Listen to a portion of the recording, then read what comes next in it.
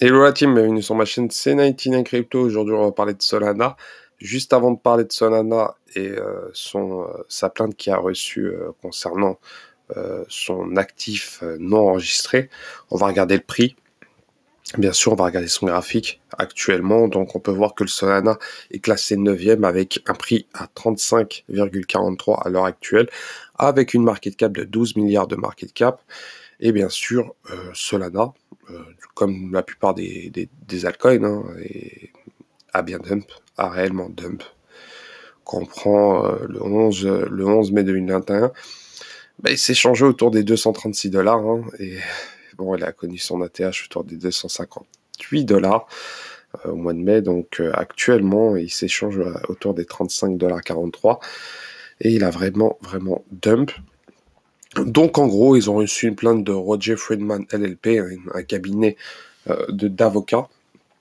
Et en gros, ils disent selon l'action de justice hein, qu'ils ont reçu, la plainte qui a été déposée au district nord de Californie, que Solana est un actif non enregistré. Donc il y aura procès, je pense. Donc ils ont appelé l'Armada un point de vue avocat, car c'est un cabinet de plusieurs avocats, donc ça va être assez incroyable ce procès-là, je pense. Et de plus, hein, le procès, bon, en gros, ils accusent Solana Labs et son PDG, hein, Anatoly Yakovenko, si je le prononce bien. Ils accusent Solana Foundation, Multicoin Capital Management LLC, ça doit être une filiale de Solana Labs, et bien sûr de FalconX LLC d'avoir réalisé des profits illégaux, bien sûr alléguant que les défendeurs ont délibérément fait des déclarations trompeuses concernant l'offre totale en circulation de jetons, la total supply, ainsi que leur nature décentralisée. Donc il y a un gros procès.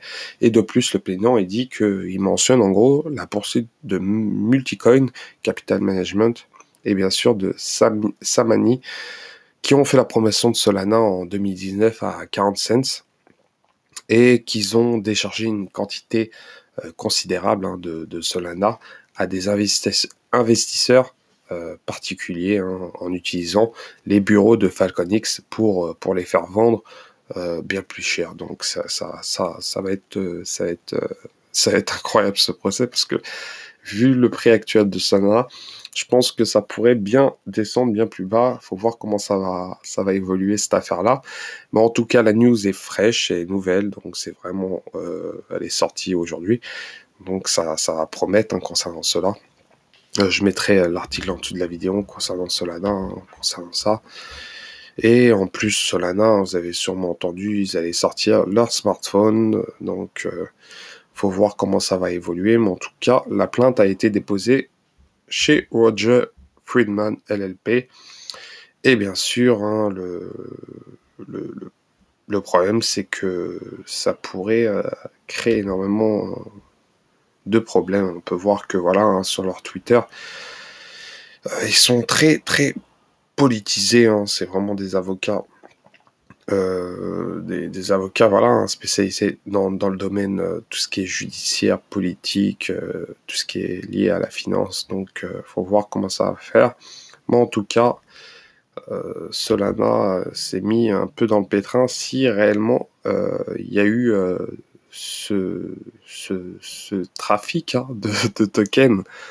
Et s'ils ont réussi à faire ça en 2019, ça pourrait créer énormément de soucis pour Solana.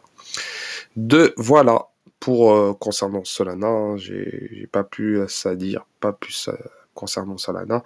Donc n'hésitez pas à commenter, liker, à vous abonner, bien sûr, à laisser un petit commentaire concernant cette affaire-là, s'ils vont résoudre ou ils vont essayer de payer hein, pour éviter que ça soit vrai ou pas, mais en tout cas, ça pourrait faire énormément de bruit, même pour les investisseurs hein, de Solana hein, concernant cela. Mais en tout cas, ils ont fait un sacré profit. Hein. S'ils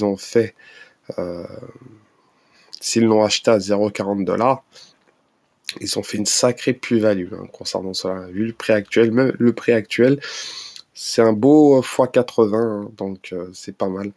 Mais vu qu'ils l'ont vendu, je pense, bien plus haut, C'est vraiment, vraiment pas mal. Donc voilà, c'était 99 Crypto. N'hésitez pas à commenter, liker, à vous abonner. Et je vous souhaite une très bonne soirée. Ciao, ciao.